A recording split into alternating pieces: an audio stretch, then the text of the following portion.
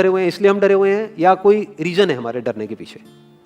Basically जो information है जिसके बेस पे हम सोच रहे हैं वो इंफॉर्मेशन सही इंफॉर्मेशन नहीं है, वो कंप्लीट इंफॉर्मेशन नहीं है, वो इनकम्प्लीट इंफॉर्मेशन है। इस वजह से हम डरे हुए हैं। अगर एक बार क्लियर हमारे पास में इंफॉर्मेशन आ जाए, हमको क्लियरली समझ आ जाए कि एग्जैक्टली हो क्या रहा है, तो हो सकता है हमारा जो डर है वो बहुत ही कम हो जाए या फिर बिल्कुल ही खत्म हो जाए। करंट सिचुएशन ये है कि नियर अबाउट 2 लाख केसेस हो चुके हैं इंडिया में, करीब करीब 5,800 डेथ्स हो चुकी हैं, 40 लाख टेस्ट हो गए हैं। और ये सबसे इंपॉर्टेंट है समझना हमको कि इस टेस्ट का क्या रोल है, जो भी हमारा डर है उससे उसका क्या कनेक्शन है। तो अगर मैं किसी से भी पूछूंगा कि भाई आप क्यों डरे हुए हो, वो कहेंगे कि इसमें डेथ रेट बहुत ज्यादा है। मैं कहूंगा कितना ज्यादा है, तो वो कहेंगे 2 लाख में से 5800 की डेथ हो गई है। तो दैट मीन्स कितना हो गया डेथ रेट? नियर अबाउट 3% हो गया। 3% का मतलब कि 100 लोगों को होता है, उसमें से 3 की डेथ हो जाती है। क्या ये सच है? पहले इसको समझने की कोशिश करते हैं कि 3% ये कितना है। टेस्ट कितने हुए अभी तक? 40 लाख हुए हैं। और अगर किसी को देखना है कि कितने टेस्ट हुए हैं, कितने हो रहे हैं डेली बेसिस पे, तो एक वेबसाइट है worldometers.info, वहां पर जाकर के आप देख सकते हो कि डेली बेसिस पे कितने टेस्ट बढ़ रहे हैं, किस किस कंट्री में कितने कितने हैं, वो सब आ जाएगा उसके अंदर। तो अभी टेस्ट समझना जरूरी क्यों है? क्या इंडिया की पॉपुलेशन 40 लाख है? नहीं है। इंडिया की पॉपुलेशन क्या है? 130 करोड़। उसमें से टेस्ट कितने हुए हैं? 40 lakh, which is not even 1%। 1% भी देखे तो 1 करोड़ 30 लाख होता है। तो 40 लाख टेस्ट हुए, जिसमें से केसेस कितने डिटेक्ट हुए? Near about 2 lakh. ये बिल्कुल ऐसा है जैसे मान लो कि अगर मैं आपसे पूछता हूं कि दिल्ली में रोड्स के ऊपर कितने एक्सीडेंट होते हैं, तो आप क्या कहोगे? आप कहोगे भाई मुझे नहीं पता। तो मैं कहूंगा पता करो, लेट्स फाइंड इट आउट कि भाई कितने एक्सीडेंट होते हैं। तो हमने क्या किया, 10 अलग अलग पॉइंट पे 10 सीसीटीवी कैमरास लगा दिए और उन सीसीटीवी कैमरास में कैप्चर करना शुरू कर दिया कि कितने एक्सीडेंट्स हो रहे हैं इन 10 अलग अलग पॉइंट्स पे। तो उसके बाद में मैंने 1 महीने बाद आपसे पूछा कि हाँ भाई दिल्ली में कितने एक्सीडेंट्स होते हैं, तो आप कह रहे हो दिल्ली के 10 एक्सीडेंट होते हैं। तो मैं कहूंगा आपको कैसे पता? आप कहोगे भाई हमने कैमरास लगाया, उसमें कैप्चर हुआ, हमारे पास में प्रूफ है। तो मैंने कहा लेकिन क्या 10 ही जगह है जहां पे वो कैमरास लग सकते हैं? दिल्ली में ऐसी कितनी जगहें हैं जहां पे कि कैमरास लग सकते हैं, लगने चाहिए अगर एक्चुअल में हमको डिटेक्ट करना है। तो सिर्फ ये नहीं ना कि उस 10 के बेस पे हम बोले कि भाई 10 एक्सीडेंट हो रहे हैं, क्योंकि दिल्ली में एक्चुअल में तो हजारों एक्सीडेंट्स हो रहे हैं डेली के। तो ये सारी हमारी कैलकुलेशन ही गलत हो गई। इसलिए इसमें टेस्टिंग का बहुत बड़ा रोल है। मीडिया में जहां पर भी आ रहा है वहां पर डेली ये आ रहा है कि अच्छा कुछ दिन पहले तक 5,000 केसेस आ रहे थे, अब 6,000 केसेस बढ़ गए हैं, अब 7,000 केसेस हो गए हैं, 8,000 केसेस हो गए हैं। बट कोई ये नहीं देख रहा कि उसके साथ साथ में टेस्ट भी बढ़ रहे हैं। तो अब एक्चुअल में डेथ रेट कितना है उसको कैलकुलेट करना बहुत जरूरी है। उसी के बेस पे डिसीजन निकलेगा कि इससे हमको डरना चाहिए या नहीं डरना चाहिए। किसी भी बीमारी से हमको डरना चाहिए नहीं डरना चाहिए, that is not on the basis of कि उसका इलाज है या नहीं है, क्योंकि इलाज तो अभी तक सर्दी जुकाम का भी नहीं है, सर्दी जुकाम की भी कोई वैक्सीन नहीं है। क्या हम उससे डरते हैं? नहीं डरते हैं। क्यों? क्योंकि ज्यादा लोग नहीं मरते हैं। तो सबसे पहले डेथ रेट कैलकुलेट करते हैं कि एग्जैक्टली कितना है। कितने टेस्ट हुए? 40 लाख टेस्ट हुए, उसमें से 2 लाख लोगों को हुआ, तो नियर अबाउट एवरेज कितनी आई? 5% की। अगर यही हमने 4 करोड़ टेस्ट करे होते तो कितने डिटेक्ट हो गए होते? अब तक 20 लाख हो जाते। 40 करोड़ करे होते तो कितने हो जाते? 2 करोड़ हो जाते। टोटल अगर कर लिए होते हमने टेस्ट 130 करोड़ का, तो कितना नंबर निकल करके आ जाता? Near about 5 crore. इसका मतलब 5 करोड़ लोगों को या तो आज की डेट में है या हो चुका है। और एक और मजे की बात यह है कि कोरोना में ऐसा नहीं है कि जिसको भी होता है उन सबके सिम्टम्स आते हैं। 80% से ज्यादा जो केसेस होते हैं वो असिम्टोमेटिक होते हैं, उनमें कोई सिम्टम्स नहीं आते हैं। यानी अगर मुझे हो गया है और मैं ठीक भी हो गया हूं तो मुझे पता तक नहीं है। वो तब मुझे पता लगेगा अगर मैं अपने एक टेस्ट कराऊंगा जिसको एंटीबॉडी टेस्ट बोलते हैं, और मेरी बॉडी में एंटीबॉडीज मिलेंगी, तब मैं कह सकता हूं कि हाँ मेरे को था और वो ठीक हो गया है। तो अभी अगर हम बेसिक सी कैलकुलेशन करें तो 5 करोड़ निकल करके आ रहा है नंबर। उसमें से डेथ कितनी हुई है? 5,800। तो 5 करोड़ में से 5,800 डेथ हुई है। पहले तो इसको कैलकुलेशन को हमको ठीक करना है। डेथ को अंडर रिपोर्ट करने का कोई तरीका नहीं है, बल्कि ओवर रिपोर्ट किया जा सकता है। ओवर रिपोर्ट कैसे? फॉर एग्जांपल आपकी बॉडी में टेस्ट हुआ, आपकी बॉडी में मिला कोरोना वायरस, लेकिन आपके अंदर पहले ही बहुत सारी प्रॉब्लम्स चली रही थी, तब भी आपकी किसी ना किसी वजह से डेथ होने ही वाली थी। बट क्योंकि ये कोरोना आया आपकी बॉडी में, इस वजह से आपकी डेथ हो गई, तो ये ट्रिगर कर गया। तो ये जो 5800 का नंबर है, ये इससे कम तो हो सकता है, इससे ज्यादा होने के चांसेस बहुत कम है। बट एक बार को हम मान लेते हैं कि इतना ही है नंबर, ना कम है ना ज्यादा है, तो कितनी परसेंटेज निकल करके आई? 5 करोड़ में से अगर 5800 डेथ्स हुई हैं तो क्या परसेंटेज निकल करके आई? Near about 0.01%। ये उससे बहुत कम है जितनी डेथ्स हमारे यहां पे होती हैं रोड एक्सीडेंट की वजह से। हर साल की अगर हम एक कैलकुलेशन देखें तो 1.5 लाख से ज्यादा डेथ हो जाती है इंडिया में रोड एक्सीडेंट्स की वजह से। हर 4 मिनट में एक डेथ होती है। रोड एक्सीडेंट की वजह से। और अगर अभी आप देखोगे सड़कों पे एक बहुत ही फनी चीज नजर आ रही है, टू व्हीलर पे जा रहे हैं, मास्क सबने लगाए हुए हैं, कभी भी नोट करना इस चीज को, हेलमेट नहीं पहने हुए, हेलमेट बहुत कम लोगों ने पहने हुए हैं।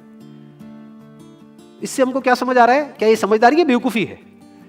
क्योंकि हेलमेट ना लगाने की वजह से उनके मरने के चांसेस उससे बहुत ज्यादा है, कई गुना ज्यादा है जितना कि कोरोना से मरने के उनके चांसेस है। तो ये डर है जो चारों तरफ फैल रहा है, और मीडिया डर को और बढ़ाता चला जा रहा है। और क्योंकि सही इंफॉर्मेशन किसी के भी पास में नहीं है, या सही कैलकुलेशन किसी के पास में नहीं है, ये जो अभी हम कर रहे हैं इसको मैथमेटिकल मॉडलिंग बोलते हैं। यानी एक डेटा को देख करके एक मॉडलिंग करी जाए और फिर समझा जाए कि एक्चुअल में जो सही डेटा है वो क्या है।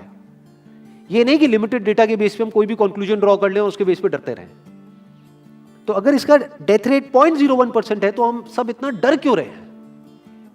क्या कुछ और है जिससे हमको डरना चाहिए, जिससे हम नहीं डर रहे हैं, जिसके बारे में कोई बात नहीं कर रहा है, जो इससे लाख गुना ज्यादा भयानक है?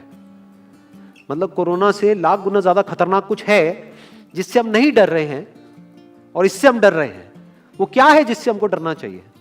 अनएम्प्लॉयमेंट। अभी पीछे कुछ आर्टिकल्स आए थे न्यूज़पेपर में जहां पे एक फिगर आई थी निकल करके, I am not too sure ये फिगर कितनी सही है कितनी नहीं है, जहां पे आया था कि 13 करोड़ लोग अनएम्प्लॉयड हो गए। इस फिगर से हमको डरना चाहिए। 13 करोड़ लोग अनएम्प्लॉयड होने का मतलब हम समझते हैं कि इसका मतलब क्या है? इसका मतलब ये, अगर इकोनॉमी पॉइंट ऑफ व्यू से देखोगे, कि ये जो 13 करोड़ लोग हैं ये अपने जो खर्चे हैं वो अब बहुत ही लिमिट में कर देंगे। जिस बंदे की नौकरी चली गई है, क्या वो जाकर के मार्केट में नए कपड़े खरीदेगा? क्या अपने बच्चों के लिए खिलौने खरीदेगा? ट्रैवल एंड टूरिज्म तो भूल ही जाओ। ऐसी और हजारों इंडस्ट्रीज हैं जिनकी धज्जियां उड़ जाएंगी क्योंकि डिमांड कम हो जाएगी ओवरऑल इकोनॉमी के लेवल पे। जब डिमांड कम होगी तो क्या करना पड़ेगा इन ब्रांड्स को, इन कंपनीज को क्या करना पड़ेगा, इन मैन्युफैक्चरर्स को क्या करना पड़ेगा? अपनी सप्लाई को कम करना पड़ेगा। जितनी उन्होंने सप्लाई कम करी, अनएम्प्लॉयमेंट और बढ़ गया कि आज जो नंबर 13 करोड़ है वो बढ़ करके कितना हो गया, 20 करोड़। यानी पूरा का पूरा लूप बन जाएगा। इस लूप को बोलते हैं रिसेशन, जो ग्लोबली ऑलरेडी रिसेशन आ चुका है। और अगर यही रिसेशन और डीप होता चला जाए तो उसको बोलते हैं डिप्रेशन, जहां से एक इकोनॉमी को बाहर आने में 5 से 10 साल लगते हैं। तो इकोनॉमी का पहले ही बुरा हाल था, प्लस इस कोरोना की वजह से और बुरा हाल हो गया है, प्लस जो रहा सहा हमारा जो अपना डर है वो सिचुएशन को और खराब करता चला जा रहा है। और इस डर को हर कोई बढ़ा रहा है, कोई भी कम करने का काम नहीं कर रहा है। एक्चुअल में अगर आप मेरे स्टैंड पॉइंट से देखोगे तो डरने की कोई जरूरत ही नहीं है, क्योंकि जो डेथ रेट है वो बहुत ही कम है। तो हम डर क्यों रहे हैं? सोचो। बस इसलिए कि डेथ नहीं होनी चाहिए। अगर यही हमारा ऑब्जेक्टिव है कि डेथ नहीं होनी चाहिए, मतलब हम कहते हैं कि किसी की डेथ नहीं होनी चाहिए, तो फिर तो लॉकडाउन परमानेंट हो जाना चाहिए, सड़कों पे निकलना ही नहीं चाहिए, क्योंकि सीधा सीधा 1.5 लाख डेथ बचेंगी। 1.5 लाख लोग जो हर साल एक्सीडेंट में मरते हैं उनको हम बचा सकते हैं ना, उनकी लाइफ बच जाएगी। परमानेंट कर दो लॉकडाउन को। कैसा है आइडिया? ये बिल्कुल ऐसा है जैसे मैंने एक आदमी की एक कहानी सुनी थी, उसके घर में एक चूहा घुस गया, तो उस चूहे को उसने पकड़ने की बड़ी कोशिश करी, लेकिन वो चूहे को नहीं पकड़ पाया। तो एंड में उसने क्या किया, घर पे आग लगा दी, अपने घर में आग लगा दी। उसके बाद भी चूहा तो बच करके निकल गया, घर चला गया, घर जल गया। यही हालत है इसकी, कोरोना की। इस डर को हमको खत्म करना पड़ेगा, तब जाकर के इस प्रॉब्लम का एक्चुअल में सॉल्यूशन निकलेगा, जो रियल प्रॉब्लम है। और रियल प्रॉब्लम कोरोना नहीं है। रियल प्रॉब्लम क्या है? हमारी जो इकोनॉमी है। रियल प्रॉब्लम क्या है? अनएम्प्लॉयमेंट। तो इस वीडियो के थ्रू मैं अपनी एक हम्बल रिकमेंडेशन देना चाहूंगा गवर्नमेंट ऑफ इंडिया को, या जो भी लोग एक पर्टिकुलर पोजीशन पे हैं उन लोगों को, कि हमको टेस्ट करने कम करने हैं, टेस्ट बढ़ाने नहीं है। अभी हम गलती क्या कर रहे हैं? टेस्ट बढ़ाते चले जा रहे हैं, जिसकी वजह से केसेस बढ़ते चले जा रहे हैं, जिसकी वजह से डर बढ़ता चला जा रहा है। गवर्नमेंट क्या एक क्राइटेरिया नहीं बना सकती कि जो क्रिटिकल केसेस है बस उन्हीं का टेस्ट करो, क्योंकि उन्हीं को हॉस्पिटल में एडमिट करने की जरूरत है, तो उन्हीं का टेस्ट होना चाहिए ना। जो वैसे ही ठीक हो रहे हैं, अपने आप ही ठीक हो रहे हैं, जिनको माइनर सिम्टम्स हैं और वो खुद ही ठीक हो रहे हैं, उनका टेस्ट करने की क्या जरूरत है? उससे तो पैनिक और बढ़ेगा। और अगर टेस्ट कर भी दिया तो हम करने क्या वाले हैं? उनको क्या हॉस्पिटल में एडमिट करने वाले हैं? नहीं, घर पे क्वारंटाइन करने वाले हैं। अभी जो क्वारंटाइन वाला फंडा है, ये भी जब बेस छोटा होता है तब तो काम करता है, जब करोड़ों में हो जाता है तब काम नहीं करता है। मैं अगर एग्जांपल से समझाने की कोशिश करूं, जो मेरी थॉट प्रोसेस है उसको इमेजिन करो। ये एक ऐसी सिचुएशन है कि हम एक घर में है और चारों तरफ से बाढ़ आई हुई है, और ये जो घर है हमारा वो ऐसा है, इसको इमेजिन करो, जहां पे हजारों दरवाजे हैं। तो हम क्या करें, इसमें से एक दरवाजे को पकड़ लें और उसी को पक्का करते चले जाएं। ये है क्वारंटीन, और बाकी के हजारों खुले पड़े हैं। एक को हम पक्का करते चले जा रहे हैं क्योंकि यहां से पानी अंदर नहीं आना चाहिए। इंडिया की पॉपुलेशन क्या है? 130 करोड़। टेस्ट कितने हुए हैं अभी तक? 40 लाख। दिल्ली के कितने हो रहे हैं? 1 लाख। महीने के कितने हुए? 30 लाख। साल के कितने हुए? 3 करोड़ 60 लाख। तो यानी कि अगर हमको सबका टेस्ट करना है तो कितने साल लगेंगे? 36 साल। तो जब हमको दिख रहा है साफ साफ कि हम सबका टेस्ट कर ही नहीं सकते, तो हम टेस्ट क्यों बढ़ाते चले जा रहे हैं? या तो सबका टेस्ट करो और सब में से सबको देख करके सबको क्वारंटाइन कर दो। ये बिल्कुल ऐसा हुआ कि वो जो घर है जिसकी मैंने अभी बात करी, या तो उसको हर तरफ से सिक्योर करो कि अगर उसके 1000 दरवाजे हैं तो एक को बंद मत करो, सारे बंद कर दो। तब आप कह सकते हो कि यहां पानी अंदर नहीं आएगा, कि हमने 130 करोड़ लोगों का टेस्ट कर लिया है, उसमें से केसेस निकल गए हैं 6 करोड़ और 6 करोड़ को हमने क्वारंटीन कर दिया है, अब ये आगे नहीं फैलेगा, अब 6 करोड़ से 10 करोड़ पे नहीं जाएगा। बट हमने टेस्ट ही करे 40 लाख, जिसमें से केसेस आए 2 लाख। अगर इन 2 लाख को हमने क्वारंटीन कर भी दिया तो बाकी करोड़ों लोग तो बाहर घूम रहे हैं ना, तो उससे होगा क्या? तो अब हमको समझ जाना चाहिए कि इसको रोकने का कोई तरीका नहीं है। तो अब इसका प्रैक्टिकल सॉल्यूशन क्या है? गवर्नमेंट की तरफ से हमको सिर्फ ये इंफॉर्मेशन चाहिए कि भैया अभी कितने बेड्स ऑक्यूपाइड हैं आपके स्टेट में, और अभी कितने और आपने अरेंजमेंट कर रखा है और कितने और कर सकते हो। अब वो बेड चाहे किसी हॉस्पिटल में हो चाहे किसी होटल में हो। और प्लस ये इंफॉर्मेशन क्यों नहीं जा रही लोगों के पास में कि इतना डरने की जरूरत नहीं है जितना आप डर रहे हो। हाँ ठीक है, प्रिकॉशंस लो, सेफ्टी मेजर्स लो, सोशल डिस्टेंसिंग को मेंटेन करो, लेकिन इतना डरने की जरूरत नहीं है जितना आप लोग डर गए हो, क्योंकि डेथ रेट कम है। ये इंफॉर्मेशन जानी चाहिए अब लोगों के पास में, वक्त आ चुका है। अगर ये नहीं गई तो प्रॉब्लम सॉल्व नहीं होने वाली इकोनॉमी के लेवल पे। कॉन्फिडेंस खत्म हो चुका है, रियलिटी को हमको पहले समझना होगा। अभी प्रॉब्लम क्या हो रही है? हम कह रहे हैं कि हाँ कंस्ट्रक्शन एक्टिविटीज अलाउड है। गवर्नमेंट को क्या लग रहा है? अलाउड बोल करके सारी प्रॉब्लम सॉल्व हो जाएगी। अलाउड तो हो गई, बट मेरे जो फ्रेंड्स हैं जो कंस्ट्रक्शन इंडस्ट्री में हैं वो बता रहे हैं कि लेबर ही नहीं है, लेबर सारी अपने गांव चली गई है। तो अब कौन कंस्ट्रक्शन करेगा वहां पे? अब ये लेबर चली तो गई है, इसको वापस कैसे बुलाओगे? मीडिया में अगर रोज ये दिखेगा कि केसेस बढ़ रहे हैं, केसेस बढ़ रहे हैं, केसेस बढ़ रहे हैं, वापस आएंगे वो लोग? 1 से लाख नहीं आएंगे। तो उनको मीडिया में क्या दिखना चाहिए, न्यूज में क्या दिखना चाहिए? कि अब ये प्रॉब्लम सॉल्व हो रही है। तो लोगों के अंदर का डर निकलना चाहिए। यानी जो भी मैंने अभी तक कहा, अगर मैं उसको सम अप करूं तो वो क्या है प्रैक्टिकली, अगर पॉइंटर्स में सॉल्यूशन देखा जाए। नंबर 1 मोस्ट इंपॉर्टेंट, टेस्ट धीरे धीरे हमको कम करने हैं, बढ़ाने नहीं है। दिन के 1 लाख टेस्ट हो रहे हैं, मैं ये नहीं कह रहा कि एकदम से 10,000 कर दो, 1 लाख के 90,000 कर दो, एटलीस्ट बढ़ाओ मत। समझ गए? 1 लाख के 1.5 लाख टेस्ट मत करो दिन के, 2 लाख मत करो, क्योंकि तब भी 36 साल लगेंगे पूरा करने में। अगर आपने स्पीड डबल भी कर दी तब भी 18 साल लगेंगे। 18 साल तक तो पता नहीं ये बीमारी कहां होगी, किसी को याद तक नहीं होगा।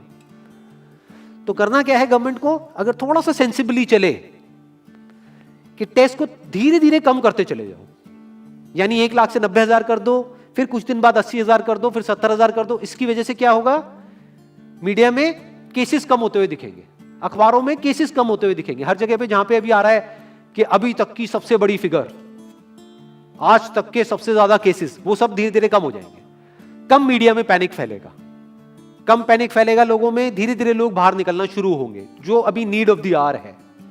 धीरे धीरे लोग बाहर निकलेंगे, धीरे धीरे डिमांड बढ़ेगी, धीरे धीरे लोगों में कॉन्फिडेंस आएगा, धीरे धीरे लोग जो गांव चले गए हैं वो वापस आएंगे। एक्चुअल में काम शुरू होगा, ऑन पेपर नहीं कि काम शुरू हो गया है, एक्चुअल में लोगों का काम शुरू होगा, लोगों का काम शुरू होगा, इकोनॉमी शुरू होगी। बिल्कुल ऐसा है जैसे 2 महीने के लिए आप किसी गाड़ी को बंद करके कहीं पे रख दोगे राज में, तो क्या होगा? बैटरी डाउन हो जाएगी। उस वक्त क्या करना पड़ेगा? उसको धक्का मारना पड़ेगा। तो अभी उस धक्के की जरूरत है, जंप स्टार्ट की जरूरत है। अब जो टाइम है वो डरने का नहीं है, इस डर को खत्म करने का है। क्योंकि कोरोना ने जितने लोगों को नहीं मारा, ये डर मारने वाला है असलियत में। तो अब इस डर को खत्म करने का टाइम आ गया है। अब हम सबको मिलकर के दिमाग ये लगाना है, ये नहीं कि डर को कैसे बढ़ाएं, बल्कि दिमाग ये लगाना है कि डर को कैसे कम करें या खत्म करें, और लोगों के कॉन्फिडेंस को कैसे वापस से लेकर के आए।